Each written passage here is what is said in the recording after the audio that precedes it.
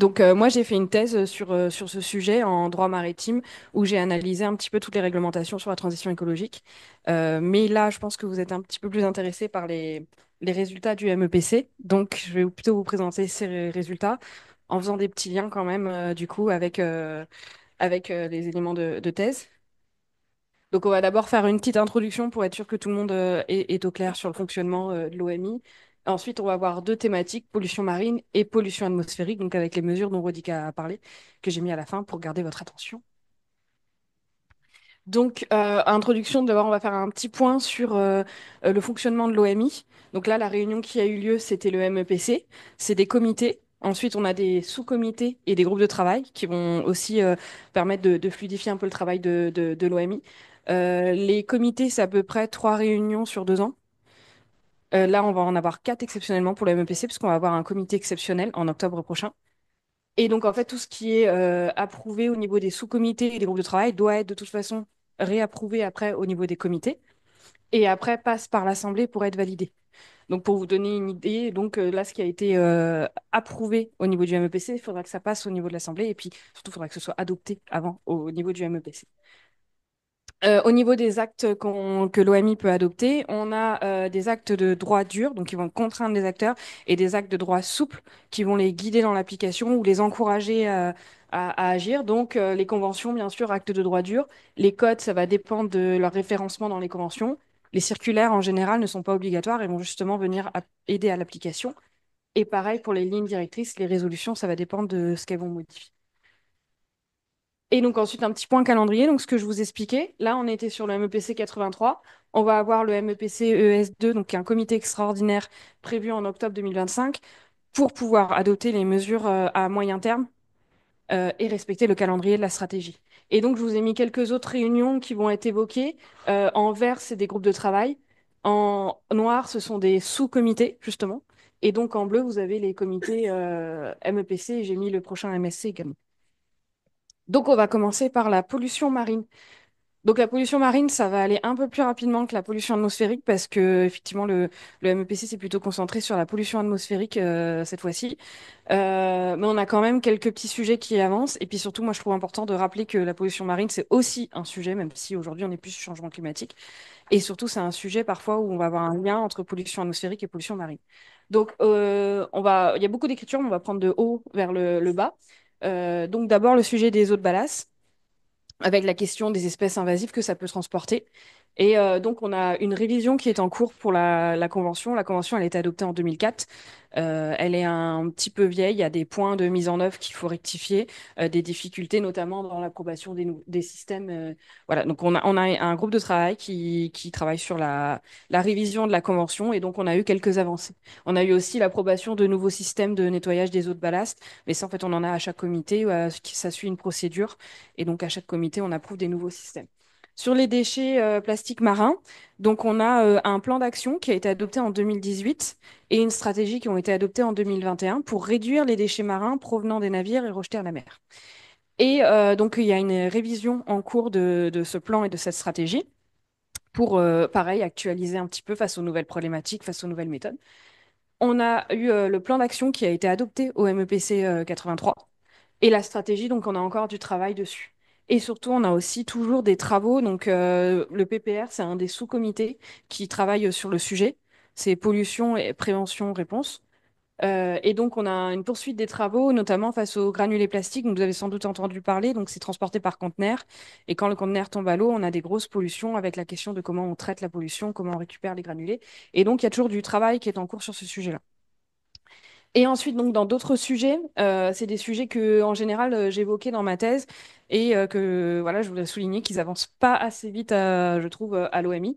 Par exemple, le bruit sous-marin. Donc, on a une poursuite pareille des travaux. On n'a rien d'exceptionnel qui a été fait au MEPC 83. On a une poursuite des travaux. On a un deuxième atelier qui va avoir lieu pour travailler sur le lien entre efficacité énergétique et bruit sous-marin.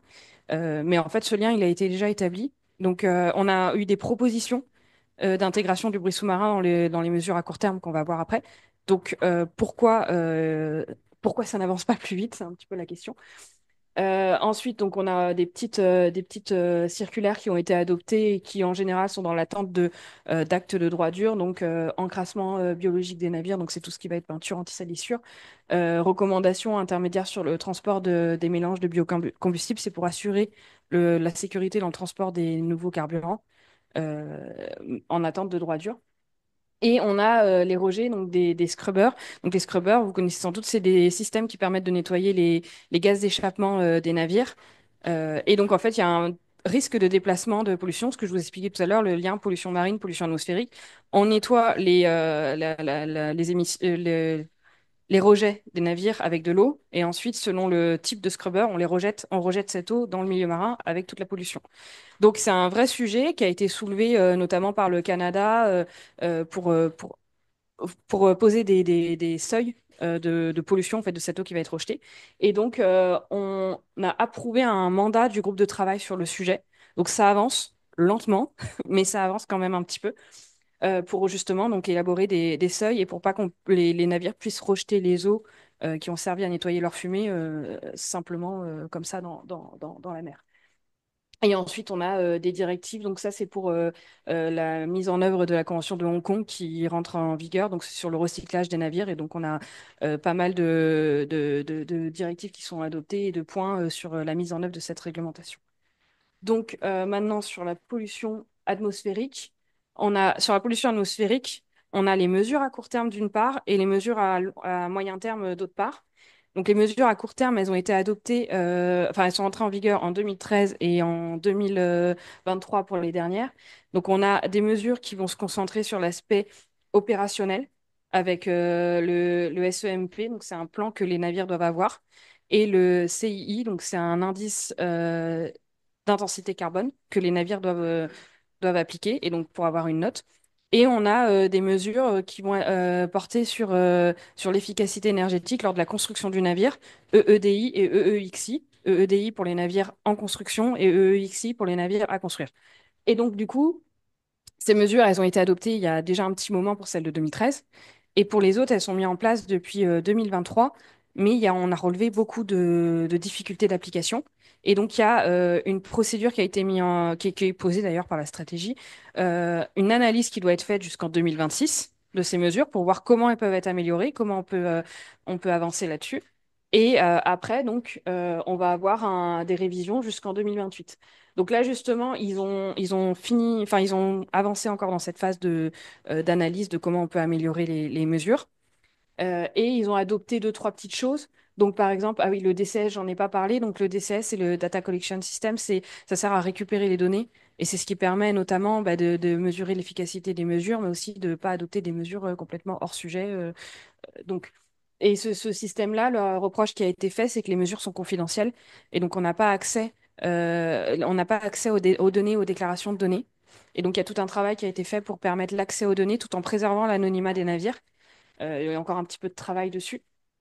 Ensuite, on a eu des petites révisions, mais c'est pas des grosses révisions, voilà, des précisions de définition, prise en compte de recommandations. Voilà, donc là, ça, c'est des petites révisions. C'est pas ce qui va rentrer dans la prochaine phase de révision des mesures. Et ensuite, au niveau du CII, on a quand même une évolution.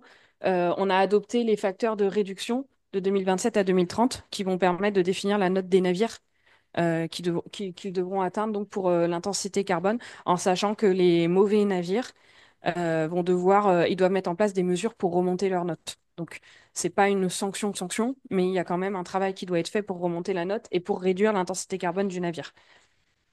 Ensuite, sur les mesures à moyen terme, donc là, pareil, il y a beaucoup de, beaucoup de choses. Donc, on va commencer par le côté du coup droit, et après, on ira à gauche. Déjà, donc, il faut bien se rendre compte que toutes ces mesures-là, elles ont été approuvées au MEPC 83, mais elles doivent être adoptées au MEPC ES2. Et tant qu'elles ne sont pas adoptées, bah voilà, enfin, c'est pas encore en vigueur, c'est pas encore acté qu'elles vont être mises en place. Donc, ça s'appliquera aux voyages internationaux pour les navires de plus de 5000 gross tonnage. Ça, c'est classique Marpol. Et donc la Greenhouse Gas Fuel Intensity, GFI, concrètement, qu'est-ce que c'est pour ceux qui connaissent le Fuel EU? c'est très similaire. Concrètement, ça va être une limite d'intensité carbone de gaz à effet de serre sur l'énergie utilisée par les navires, avec des systèmes de pooling, banking, comme pour le FuelEU. Donc, il y a plusieurs choses qui sont très intéressantes. Déjà, la première, c'est que c'est par CO2 équivalent, on va intégrer le méthane et le N2O. Donc ça, c'est vachement intéressant parce qu'on a vu que certaines solutions pouvaient parfois réduire le CO2, mais augmenter les émissions de méthane qui sont néfastes pour le changement climatique. Donc ça, c'est très intéressant. Ensuite, on a une approche well to wake. Donc c'est-à-dire qu'on ne va pas prendre en compte que les émissions sur le navire, mais les émissions pour la production de la source d'énergie. Et ça aussi, c'est pareil, c'est très important. Sur une présentation précédente avec le cluster, j'avais présenté les différentes, ou c'était pas avec le cluster, mais en gros, l'hydrogène, vous avez hydrogène vert, hydrogène bleu, hydrogène gris, et entre ces trois types d'hydrogène, vous avez un final d'émission qui est complètement différent, et tout ça vient de la phase de production. Donc c'est pour ça que c'est très important de prendre en compte les émissions avant les émissions du navire. Ensuite, on a une approche source d'énergie. Et ça, pourquoi c'est intéressant? Bah, ça va plaire à la propulsion vélique, parce que c'est pas, on ne se focalise pas sur le carburant, mais on parle de source d'énergie. Donc après, à voir comment ça va se traduire. Voilà. Donc ensuite, pour expliquer un tout petit peu le système, on a deux lignes. Les navires vont devoir atteindre donc ce qu'on va appeler alors, attends, je reprends juste le terme, objectif de conformité directe. Donc ça va être le niveau 1. Et ensuite, on a l'objectif de base qui va être le niveau 2. Selon s'ils l'atteignent ou pas, s'ils l'atteignent pas, ils vont devoir acheter des unités correctives. Donc pour le niveau 1, c'est 100 dollars la tonne. Et pour le niveau 2, ça va être 380 dollars la tonne. Ils vont aussi pouvoir acheter à des navires qui ont été plus performants des unités, donc entre 0 et 380 dollars la tonne. Ils vont pouvoir, si jamais un navire a eu des excédents, il va pouvoir soit les conserver pour l'année prochaine, soit les donner à un autre navire. Si par exemple c'est une compagnie maritime qui a deux navires, elle va pouvoir transférer à un autre navire. Ou alors elle va pouvoir les mettre en vente pour d'autres navires. Donc, donc ça, c'est les systèmes de pooling banking. Il y a beaucoup d'infographies qui ont été faites, qui sont assez claires et qui permettent de comprendre assez facilement les systèmes. Et donc, la deuxième mesure, c'est un mécanisme de récompense. Donc, c'est ce qui était appelé une mesure économique. Moi, je ne trouve pas vraiment que c'est une mesure économique, surtout quand on voit que certaines délégations proposaient des taxes carbone vraiment fortes. Là, en gros, de quoi il s'agit? En gros, quand on va acheter des unités de conformité, on va avoir un fonds qui va être produit avec l'achat de ces unités. Et donc, qu'est-ce qu'on va faire de ce fonds? On va utiliser d'une part pour la recherche et le développement et les petits États, pour soutenir les petits États en développement, et d'autre part pour récompenser les navires qui investissent dans des technologies propres. Donc c'est ça le mécanisme de récompense. Donc ça va être utilisé pour financer certains carburants et en même temps pour financer certaines technologies, sachant qu'il faut que l'OMI définisse un petit peu quelles vont être ces technologies exactement. Pour les carburants, on a déjà une définition qui est posée pendant un temps. Alors, je l'ai mis jusqu'au 31/12/2024. Non, c'est 2030, pardon pour cette erreur. Et donc, le montant de la récompense sera à définir par le MEPC, sachant qu'il y a beaucoup de critiques sur en fait, les taux de pénalité 100 dollars la tonne que j'évoquais, 380 dollars la tonne, sont beaucoup plus faibles que les taxes carbone qui auraient été imposées. Donc, le fonds est beaucoup plus réduit. Et donc, comme on doit aussi aider les États, aider la recherche, à voir comment le mécanisme, le montant de la récompense qui va être fixé. Donc, on a pas mal de choses encore à définir avec un plan de travail qui va être défini donc, en octobre 2025 et qui va permettre donc de définir les modalités de registre. Oui, on a les lignes directrices aussi sur le cycle de vie qui sont très importantes pour la prise en compte des émissions well-to-wake qui vont permettre de calculer sur un carburant quelles sont les émissions. Et donc, ouais, définition des frais administratifs, voilà, des petites choses plus administratives. Ensuite, donc, on a eu quand même d'autres sujets que les mesures à moyen terme. Alors, il y a eu beaucoup de choses. Moi, je vais vous parler surtout des quatre premiers. Donc, la cinquième étude de l'OMI, donc ça, on a déjà eu plusieurs études, donc bah, quatre de l'OMI. Elles sont très importantes pour permettre de voir où on en est et aussi de voir comment on peut améliorer les mesures pour atteindre les objectifs de la stratégie. Donc elles sont très importantes. Et donc là, voilà, on a la cinquième étude qui est bien engagée. Ensuite, on a le groupe de travail sur les lignes directrices. Donc, je vous ai montré l'importance des lignes directrices avec l'approche well to wake pour que tout le monde puisse calculer l'intensité gaz à effet de serre de ces carburants. Ces lignes directrices permettent de définir des chemins selon la production du carburant. Donc, elles sont très importantes. Et donc, le travail se poursuit pour les élaborer, pour définir des nouveaux chemins. On a aussi un plan de travail qui a été défini pour les questions de technologie de capture carbone et stockage à bord. Donc ça, c'est une technologie qui est un peu, qui commence un petit peu à arriver avec un petit peu des difficultés de rentabilité financière et tout ça. Donc ça commence à arriver et en fait, il y a beaucoup de sujets, notamment responsabilité, qu'est-ce qu'on fait du carbone. Voilà, il y a beaucoup de sujets qui vont naître de cette technologie. Donc il y a un groupe de travail qui s'est lancé. Et le sujet, c'est surtout d'éviter un déplacement de pollution. Donc ça, c'est une chose que j'évoque dans ma thèse, c'est éviter de faire comme les scrubbers où on nettoie la fumée et puis après l'eau, on la rejette simplement. Donc ça crée juste un déplacement de pollution. Donc là, qu'est-ce qu'on fait du carbone stocké? C'est bien de le capturer, mais il faut en faire quelque chose, sachant qu'il peut servir à plein de choses hein, pour les créations des nouveaux carburants et tout ça, il a plein d'utilités. Et ensuite, on a eu un projet d'amendement, donc une nouvelle zone ECA. Donc, c'est des limites de soufre à 0,10 et des limites de NOx qui vont être imposées aux navires dans toute l'Atlantique Nord-Est. Donc, la dernière zone qui avait été définie, c'était la Méditerranée. Et donc, maintenant, on a l'Atlantique Nord-Est. Donc, ça, c'est plutôt, c'est même très positif. Donc, pareil, ça a été approuvé pour adoption au MEPC ES2, mais ça ne devrait pas poser trop de difficultés. Voilà, et après, donc, c'est des amendements un petit peu plus techniques sur les NOx notamment. Euh, donc, voilà. Euh, en- pour conclure, je voulais reprendre juste un petit peu parce qu'on voit parfois dans les journaux des choses comme quoi l'OMI a adopté une mesure de marché. Bon, on a vu déjà que mesure de marché, oui et non, mais c'est surtout que non, elle n'a pas adopté. Et donc, je voulais refaire un petit point sur la procédure. Là, on était au MEPC 83. On a eu une approbation par le comité. Ensuite, on va avoir une circulation du brouillon pendant 6 mois auprès des États, sachant que cette procédure n'est pas imposée par Marpol.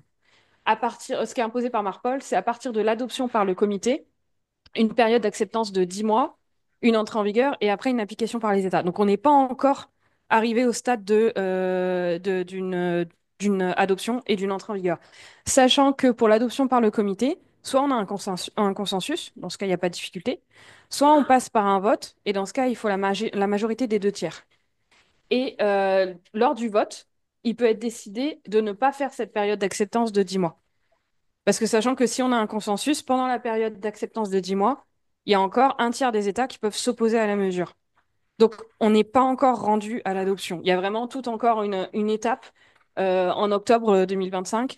Et après, selon ce qui se passe pendant cette période d'acceptance, ça peut être aussi compliqué s'il y a une période d'acceptance. Et après, donc, il y a entrée en vigueur et application par les États. Donc, on n'est pas encore rendu à l'adoption. Et en ouverture, je voulais juste parler un petit peu de l'Union européenne. Donc, je vous ai parlé du FuelEU. On a aussi l'EU ETS qui ont été adoptés. Dans ces mesures, l'Union européenne prévoit de revoir ces mesures en fonction de ce que va adopter l'OMI. Donc, on l'a vu, l'OMI n'a pas encore complètement adopté, mais ça se dessine quand même un petit peu la forme des mesures qu'elles vont prendre. Donc la question, c'est FuelEU. Qu'est-ce que l'Union européenne va faire? Parce que là, c'est clairement un FuelEU au niveau international qu'ils adoptent. Donc qu'est-ce qu'ils vont faire? Comment ils vont soit supprimer, soit revoir leur système? Et au niveau EU ETS, la question se pose aussi parce que du coup, le système EU ETS n'est pas du tout, enfin, il est beaucoup plus fort que la simple pénalité qui a été mise dans le système qu'on a vu au niveau de l'OMI. Donc, est-ce que l'Union européenne va revoir son système EU ETS? C'est une question qu'on peut se poser. Donc, voilà.